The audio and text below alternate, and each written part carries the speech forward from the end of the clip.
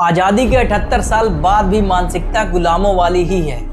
दिल्ली के तुबाता रेस्तरां में कपल को एंट्री नहीं मिली क्योंकि उन्होंने भारतीय परिधान सलवार सूट पहना हुआ था। कहा गया कि हमारे क्लब का कल्चर नहीं मेंटेन्ड था और जिन्होंने शॉर्ट ड्रेसेस पहना उनका स्वागत किया गया। लेडी ने बताया, they only allow people in skin showing dresses. मतलब पहले धर्म, भाषा और जाति के आधार पर भेदभाव होता था, अब कपड़ों के आधार पर भी होने लगा। Dogs and Indians are not allowed वाली बू आ रही है यहाँ। ये ब्रिटिश इंडिया नहीं है।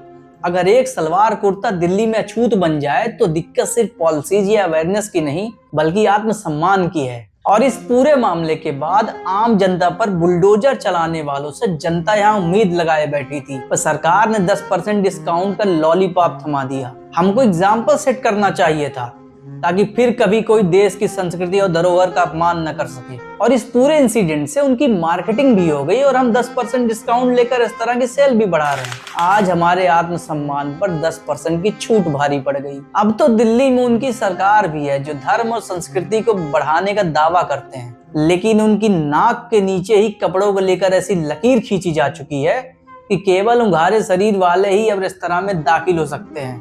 और ये घटना सिर्फ एक रेस्तरां या कपल की नहीं बल्कि एक गंभीर चेतावनी है। जब अपने ही लोग अपनी पहचान को लेकर शर्मिंदगी महसूस करने लगते हैं तब कल्चर बाहर से नहीं भीतर से मुरझाता है। और ये पहला मामला नहीं है। 2024 में बेंगलोर के एक मॉल में धोती कुर्ता पहनने पर रोका गया था।